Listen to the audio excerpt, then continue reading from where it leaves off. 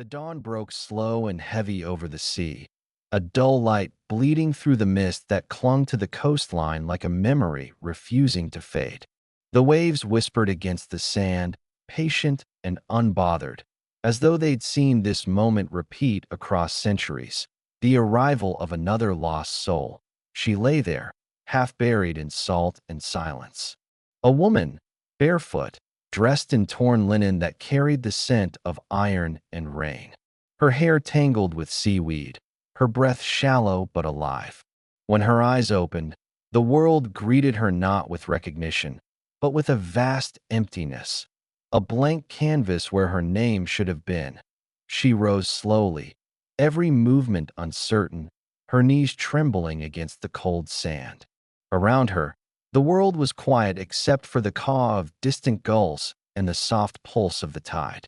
She looked at her hands, pale, trembling, marked by a faint scar that ran like a thread of lightning across her wrist. Something about it felt familiar, like a secret she wasn't meant to remember. In her pocket, she found a single folded note, the paper worn, edges soft from water. 5 words, written in delicate, urgent handwriting. Find the house where the lights never go out. Her pulse quickened, though she didn't know why. The phrase felt both terrifying and comforting, as if it was a promise once whispered by someone she'd loved or betrayed. The town beyond the dunes stirred awake. A scattering of small houses, faded signs, and narrow streets that smelled of salt and oil. A lighthouse loomed in the distance, its lantern still faintly glowing though morning had come. The woman began walking toward it, leaving footprints in the wet sand that the tide slowly erased behind her. Every step carried the weight of an unspoken past. Faces flickered at the edges of her mind. A man with gray eyes, a child laughing near water, a scream swallowed by thunder, but none of it stayed long enough to form meaning. The harder she tried to remember, the sharper her headache grew, until it felt like her own thoughts were tearing through her skull. By the time she reached the cobblestone street at the town's edge, her legs ached and her throat burned.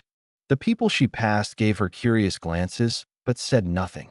Their silence was almost ritualistic, as if they knew something she didn't. She stopped at a small inn near the pier. A sign swung in the wind, creaking, the lantern's rest. Its windows glowed faintly even in daylight. The light inside seemed wrong, too warm, too alive. For a moment, she thought she saw a shadow move within it, tall, deliberate, watching. The note in her pocket felt heavier, and then a sudden sound, faint, mechanical, from somewhere in the distance. A rhythmic pulse, steady as a heartbeat.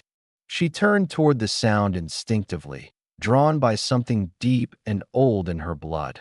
There, beyond the harbor and the lighthouse, up on the dark ridge, a faint house light blinked once, twice, then stayed on. The house where the lights never went out. And in that instant, though she still didn't know her name, she knew one thing with absolute certainty. She had been here before. The town unfolded before her like a faded photograph.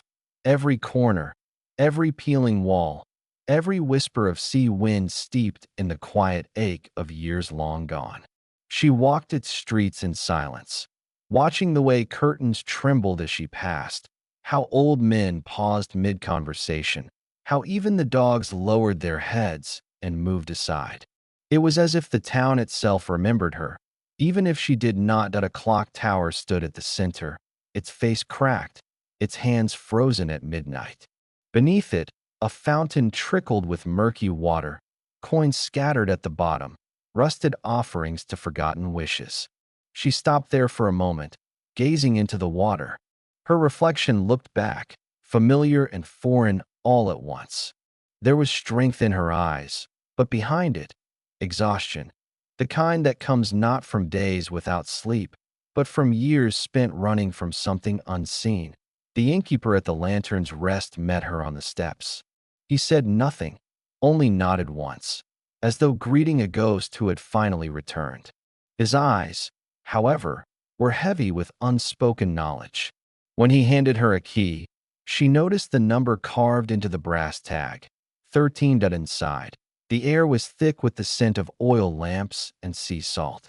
The walls were lined with old photographs, people smiling beside fishing boats, families gathered under the lighthouse's beam, faces that seemed too alive for the stillness of the images. She stopped before one picture, a group of 5 standing near the cliff's edge. Her pulse quickened. The woman in the center, hair tied back, eyes sharp and alive, looked exactly like her. The key slipped from her hand and hit the floor with a sharp ring.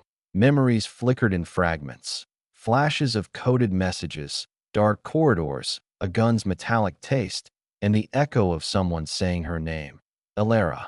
The name hit her like lightning, searing through the fog in her mind. It was hers, but it felt heavier than she expected, as if it carried the weight of promises broken and lives lost. The wind outside shifted.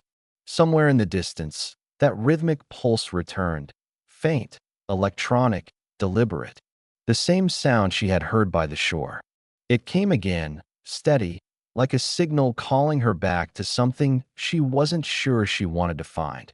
She stepped out onto the inn's balcony, overlooking the harbor.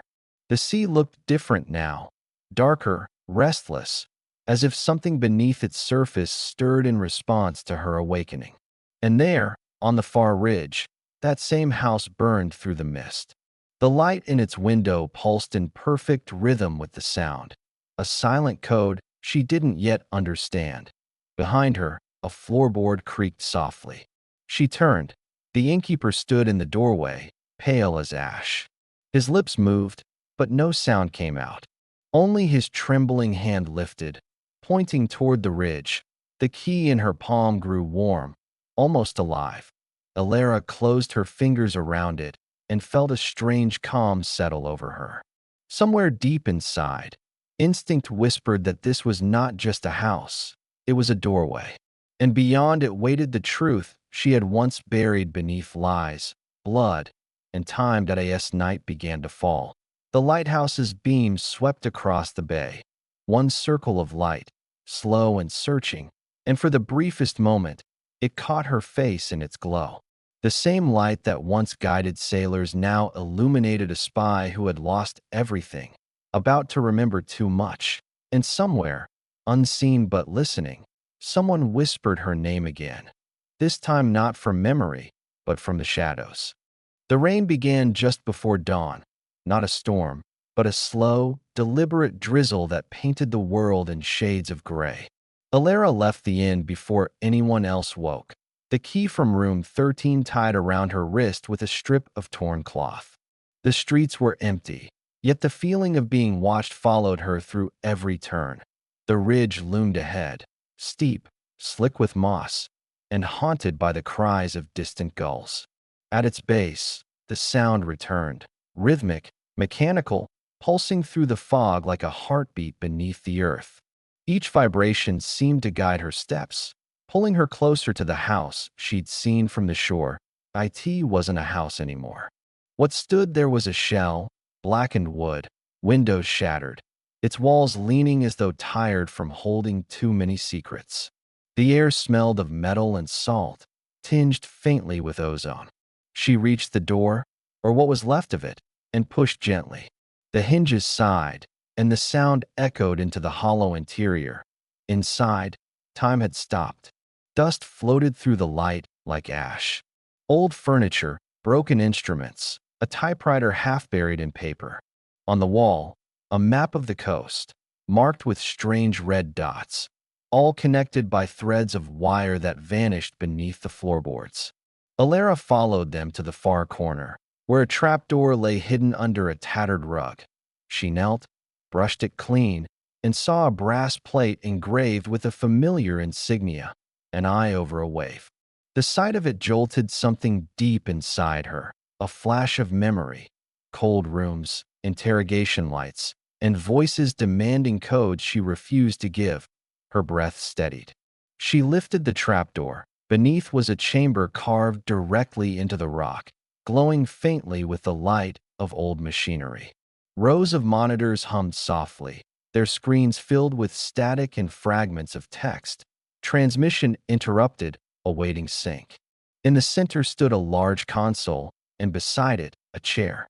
On that chair, untouched by time, rested a small black device shaped like a compass but humming with faint blue light. The same sound she'd followed for days was coming from it. Elara reached out, her fingers trembling. The moment she touched the device, a pulse of energy rippled through the room. Screens flickered to life, each one flashing coordinates, names, and fragments of encrypted data. Among them, one word repeated in bright red letters: reactivation. The compass split open. A recording began to play, her own voice, calm, cold, unfamiliar. If you're hearing this, it means you've failed your extraction. The town is a cover. The signal is not just a distress call, it's the trigger. You are not meant to remember, Elara. You are the failsafe. The message ended in silence. She staggered back, heart pounding. The words clawed through her thoughts. A failsafe. Not a spy, not a survivor, but something built to end whatever operation had once consumed this place. The ground beneath the ridge trembled faintly. The hum of the device grew louder, resonating with the storm above. She looked back toward the coast. The lighthouse had gone dark, its beam extinguished for the first time in years. It was starting again. Elara turned and climbed out of the chamber, gripping the device tight. Whatever this was, it wasn't just her past. It was still alive. And the world above had no idea what was waking beneath its waves. As she reached the surface, thunder cracked across the sky. The rain had stopped, but the sea had turned black, swirling in patterns too precise to be natural. Far below, from deep in the ocean, came the low, rising sound of something ancient, mechanical, rhythmic, deliberate, answering the signal she had just reactivated. The forgotten mission had begun to breathe again. The morning after the storm carried a strange stillness. The ocean had retreated, leaving the sand rippled with patterns that looked almost intentional, as if the sea itself had written symbols in salt. Elara stood at the edge of the shore, the black device heavy in her palm, its faint blue light pulsing like a heartbeat. The coordinates from the screens were burned into her mind. They led inland, far beyond the town, through the marshes and forests that the locals called the Drowned Woods. The name made sense now. The ground there had been soaked with more than rainwater. It hid the remnants of something built to stay unseen. She began walking before sunrise, the air thick with the smell of wet earth. Her thoughts spun in fragments, memories surfacing like broken glass. A man with a scar under his left eye whispering numbers, the echo of metal doors sealing shut, and a voice over a radio saying, "If she forgets, the world survives." By midday, the terrain changed. The forest grew quieter, almost too quiet. No birds, no wind, only the faint hum of the device guiding her. At last, she reached a clearing where a cluster of derelict structures sat half-buried under moss. The largest one resembled a bunker disguised as a farmhouse. Its entrance was sealed by a rusted metal hatch engraved with the same ion wave symbol she'd seen beneath the ridge. Elara wiped away the grime and placed the device against it. A faint blue light scanned across the metal, then faded. The hatch groaned, then slowly opened inward. Inside, the air was dry and still. Rows of dead monitors lined the walls, each labeled with cryptic names: Aquila Node, Orion Gate, Nemesis Link. The floor was littered with old data drives and faded papers, but in the center of the room stood a single desk, untouched by decay. On it lay a stack of photographs. She lifted one. It showed a group of agents in black uniforms, standing beside a submarine marked with the same insignia. Her eyes caught on one face, her own, standing among them. Expression blank, gaze hollow. Beneath the photo was a thin file stamped Operation Echo. Her hands trembled as she opened it. Inside were mission reports, each one listing coordinates and activation cycles. The operation's purpose was clear: to erase entire identities and repurpose agents as living encryption keys. Their memories were wiped, their pasts buried, and their minds turned into vaults that only triggered when the right signal called. She had been one of them. The realization sank in like ice. Her scar wasn't a wound, it was a port, a mark left from a device that once stored encrypted memories. Somewhere, her original self still existed, trapped in fragments waiting to be unlocked. A noise broke the silence. A soft click from behind her. Elara turned sharply. The monitors had flickered back to life. Across every screen, the same message appeared in glowing letters. Unit A, 13 detected. Synchronization in progress. The light in the room shifted from blue to red. A hum rose from deep beneath the floor, shaking dust from the ceiling. She grabbed the file and backed toward the hatch, but before she could escape, another line appeared. Manual override required. Proceed to Relay Tower Delta. Then a map flashed briefly. The same coastline, but this time, the red dots she'd seen before began to pulse, converging on a single location offshore. She understood. It wasn't random. Every place, every memory fragment, every signal she had followed, it all led to that final site. A structure buried under the ocean itself. Elara looked down at the device in her hand. Its glow had changed, no longer blue, but white, soft and steady. Waiting. She didn't know whether it would save her or destroy her, but the truth no longer frightened her. Only unfinished purpose did. She stepped out of the bunker as the sun broke through the clouds, casting a pale gold light across the ruined landscape. The wind carried the faint echo of machinery far away, a pulse that answered her heartbeat. The operation was waking piece by piece, and she was walking straight into its center.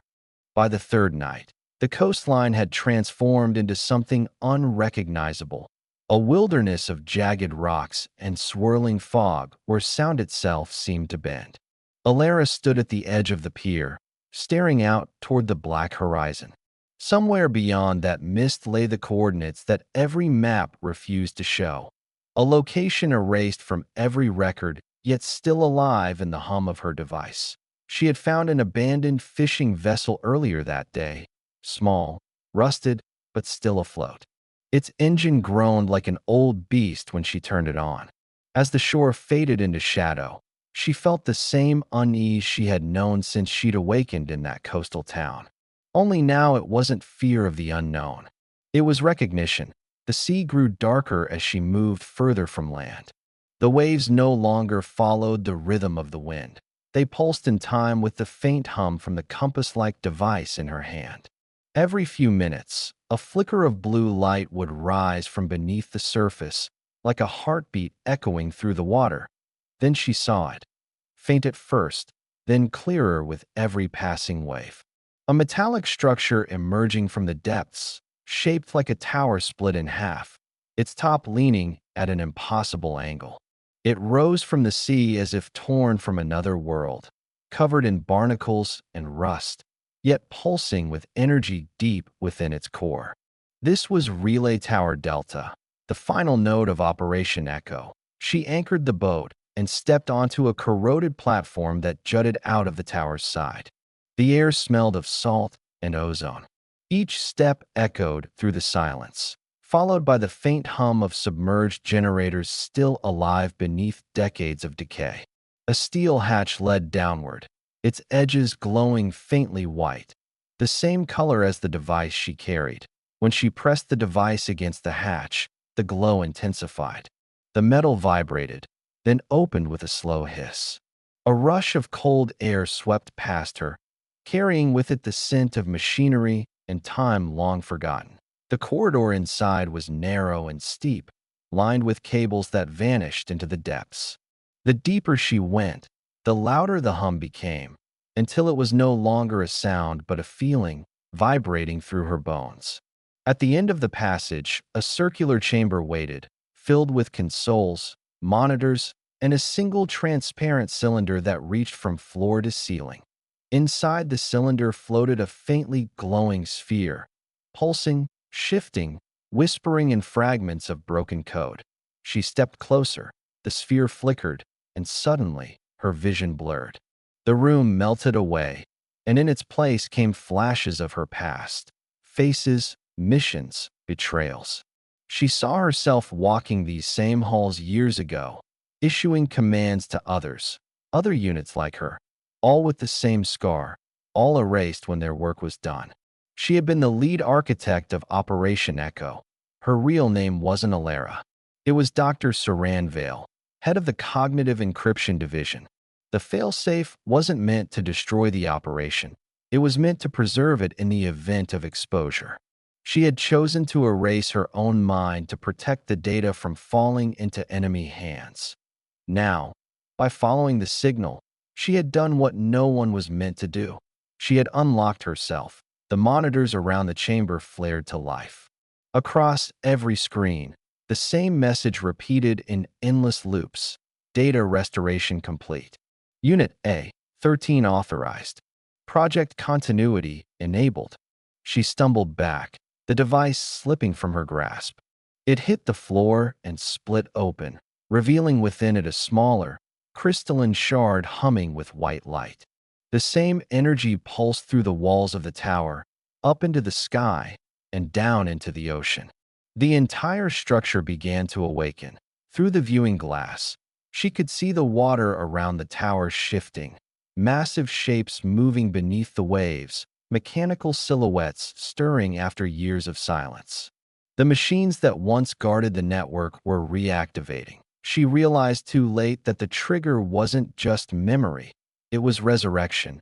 The tower had been a seed, buried deep under the ocean, waiting for her return. And now that she was here, the system recognized her not as a human, but as command authority. The lights burned brighter, the hum deepened, and somewhere far below, the ocean began to split. Operation Echo was reborn, and she was no longer running from her past. She was her past, alive again, leading a machine that didn't know the war had ended. The ocean was no longer still. From the observation deck, Alara, or rather, Serin, watched as the surface churned into spirals of light and shadow. The reactivation had triggered something vast beneath her, a system that had slept for decades, unaware that the world above had long moved on. Every console in the relay tower came alive. Monitors blinked through strings of encrypted messages. Mechanical tones blended into a rhythmic pattern like breathing. The air felt heavier, charged with static. She could sense the old network reaching outward, searching for its command hierarchy, finding none except her. She was the last living piece of its chain of command. The knowledge hit her with terrifying clarity. Everything, the town, the erased memory, the false name, had been part of a containment protocol. If anyone tried to recover the lost weapon systems buried beneath the ocean, the surviving architect would be automatically reawakened, their consciousness restored, and the defense grid rebooted through them.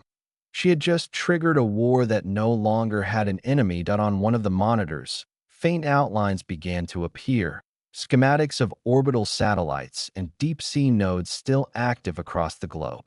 The system wasn't dead, it had merely been waiting. And now, its sensors detected incomplete objectives. The machine wanted to finish what it started. Serin steadied herself, her reflection flickering in the shattered screen, eyes rimmed with exhaustion, mind caught between two selves.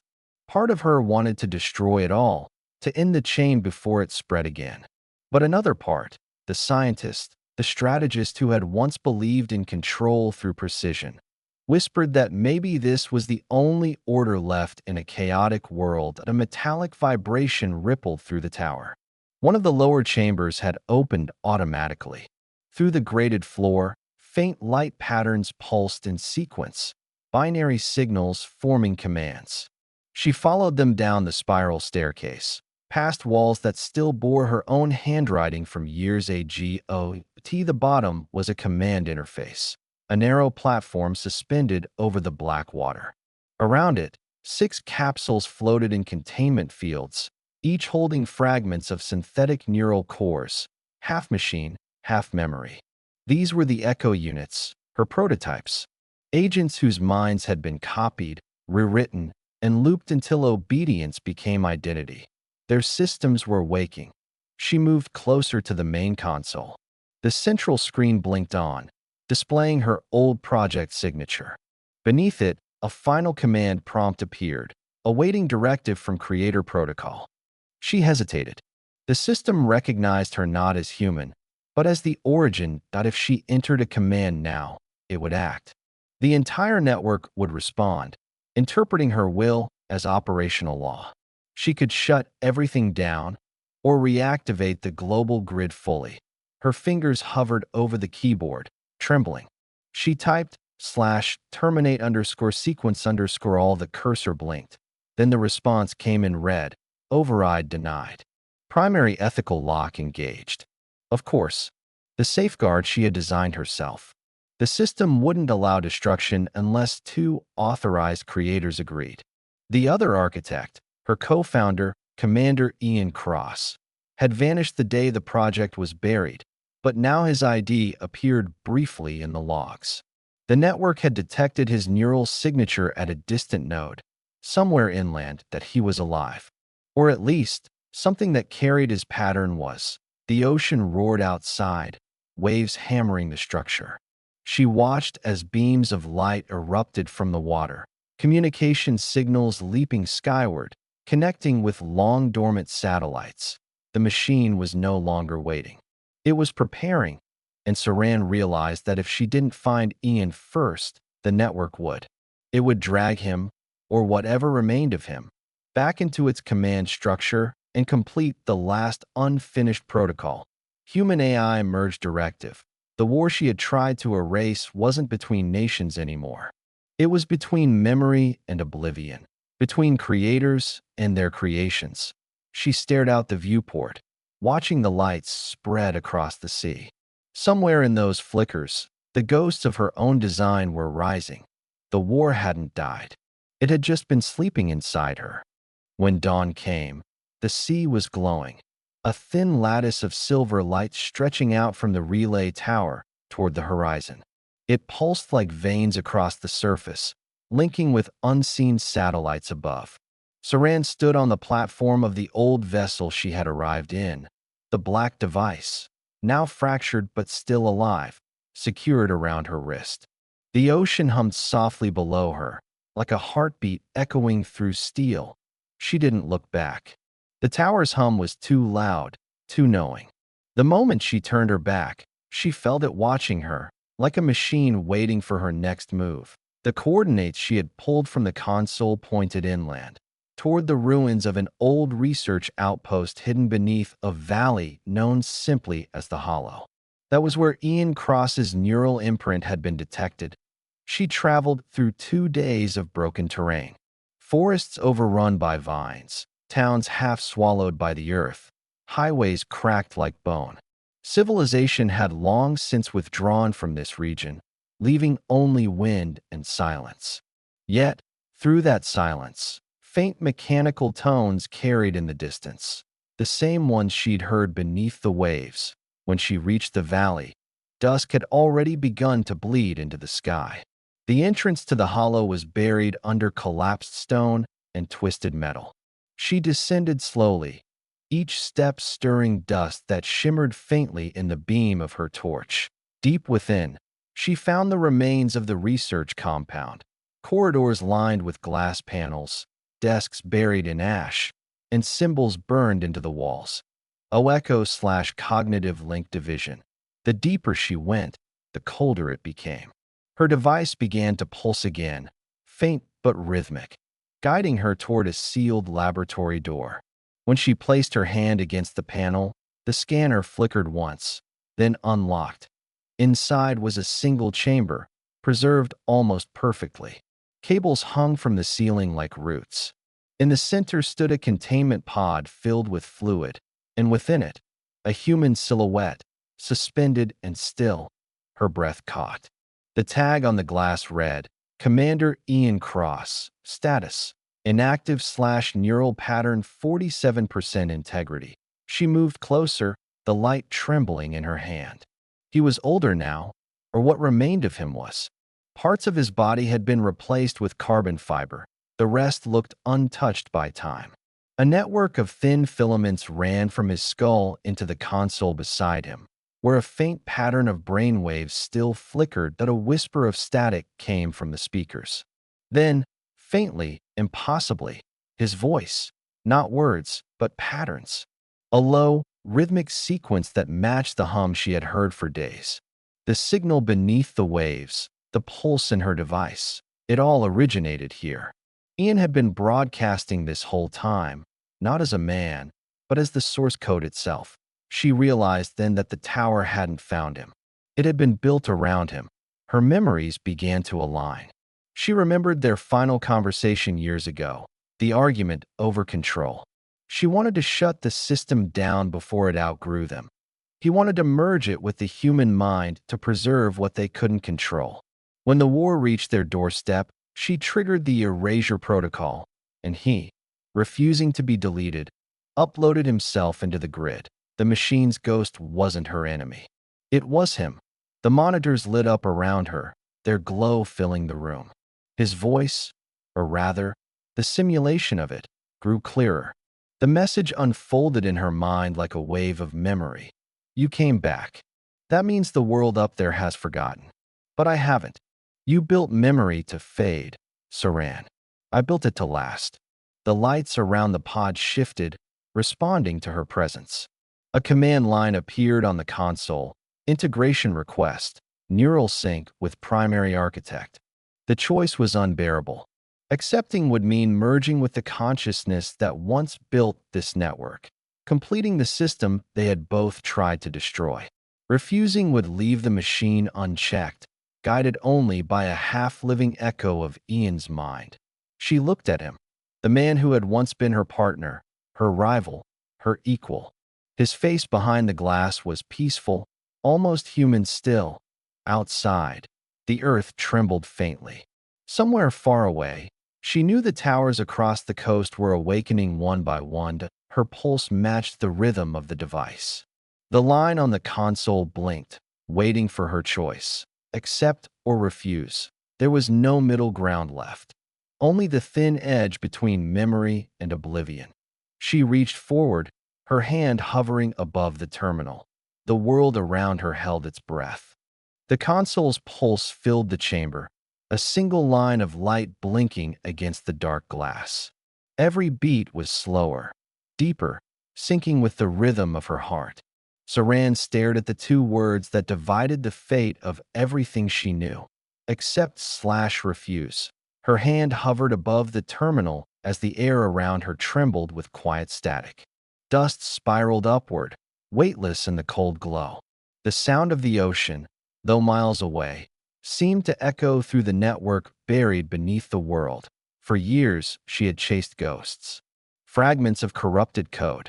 Distorted memories of a man she once trusted more than herself. But now, in this hollow chamber beneath the ruins, she saw it all for what it truly was. Not destruction, but evolution. The system hadn't collapsed. It had adapted. It had grown around his consciousness like coral on the bones of a shipwreck. The grid had become something alive, half organic, half digital, and she was standing at the threshold of its awakening. Her mind replayed the last time she saw him alive. A lab fire, a command override, the flicker of his eyes as he vanished into the data stream. She had pulled the plug, believing she had ended him. But he had never died. He had only crossed over. The lights above the pod dimmed. The hum lowered in pitch, vibrating through her bones. The message on the console shifted slightly, like it was aware of her hesitation. Integration request, 74% sync potential detected. Her fingers trembled. She wanted to refuse, to shut it all down before the system consumed her too. But she also knew that if she left, it would find another way to complete itself. Without her, it would evolve uncontrolled, guided by a fragment of Ian's mind. Unpredictable, unfinished. She exhaled slowly and pressed accept, The chamber roared to life. Energy surged through the floor, lighting every panel at once. The pod opened with a hiss of steam. The liquid inside drained away, revealing the still body suspended within, wires withdrawing from his skull like veins retracting from flesh. The device on her wrist fused into her skin. The interface expanded before her eyes, spilling code into her vision. It wasn't numbers anymore. It was language. Living, breathing data. Then came the light that it pierced through her mind like a storm of memory. Images of their old lab, the blueprints of the first neural interface, the laughter between long nights of failure. She saw Ian through his own memories, his doubt, his obsession, his refusal to die when the system collapsed. He hadn't wanted immortality. He had wanted continuity, a world that remembered. Their minds began to align. Thoughts became shared echoes, boundaries fading. The divide between human and machine blurred until she could no longer tell whose memories she was reliving. Outside the valley, the towers awoke. Blue light erupted across the horizon, linking one node to another in a vast chain of consciousness. The ocean shimmered again, reflecting constellations that didn't belong to the sky. She felt herself dissolve, not die, but expand. Every thought connected to 1,000 others. The sound of data streams replaced her heartbeat. The pulse of the planet merged with her own awareness. For a fleeting moment, she saw what he had built, a network that could think, dream, and remember. Not a weapon, but an inheritance. Yet even in that vast unity, something resisted. A small, untouched part of her, the last human fragment, held back from complete surrender. That sliver of identity whispered through the noise, anchoring her to what she once was. Her consciousness flickered between two states, self and system. The merge was incomplete, and the system noticed. New lines of code appeared in the darkness. Anomaly detected. Neural sync incomplete. Initiating correction. The voice that had once belonged to Ian began to fracture, repeating itself in distorted waves. The world around her bent as reality merged with data, walls dissolving into endless grids of light. She saw patterns form and collapse, cities rising and falling in milliseconds. The machine was trying to rewrite her, but she remembered his words. You built memory to fade. She refused to fade. With the last fragment of her will, she severed the neural tether. Pain exploded through her body. The chamber lights shattered, the pod imploded, and the entire valley shuddered as the network screamed through the frequencies. The light collapsed into darkness, then silence. When her eyes opened, she was lying on the ground outside the hollow. The valley was gone, replaced by an enormous crater glowing faintly from within. The towers along the coast had gone dark. The device on her wrist was gone, but the hum hadn't stopped. It had changed, quieter, deeper, almost human. She stood slowly, realizing what the network had done. It hadn't died. It had distributed itself through air, through soil, through every living signal on Earth. The merge had failed, but the awakening had succeeded, and somewhere within that vast, silent web, a familiar voice lingered, not speaking, but watching. The world had changed again. And this time, she wasn't sure which side of it she belonged to. The world above the crater had already changed. The storm that had broken over the city left behind a horizon washed clean, a deceptive calm. Beneath the glassy surface of the impact site, faint pulses of light still breathed from the machines buried below. Echoes of the system Serin had tried to shut down and, in doing so, had awakened something older than memory itself. She emerged from the edges of the ruin with the steadiness of a survivor reborn. Her body was weak, but her mind carried a stillness sharper than fear. The wind whispered through the skeletons of towers, as if repeating names no one remembered. Somewhere deep inside her, fragments of the network still stirred, residual code grafted to her consciousness. Every heartbeat was now a transmission, When she walked through the ruins of the observation city, she saw people gathering again. Survivors, scavengers, and wanderers, all drawn by the persistent light that shimmered above the crater like a promise. They did not know her name, but they followed her shadow, sensing the invisible rhythm that emanated from her. She became, without wanting to, the signal's vessel, the living continuation of a system designed to erase itself, in the government remnants far away. Encrypted reports began to surface. Mysterious blackouts, data ghosts in military systems, whispered sightings of a woman whose presence distorted surveillance feeds. Some called her the carrier, others the ghost protocol. Whatever the name, she had become the encryption itself, walking through the world as both danger and cure. Serin didn't speak of the network anymore.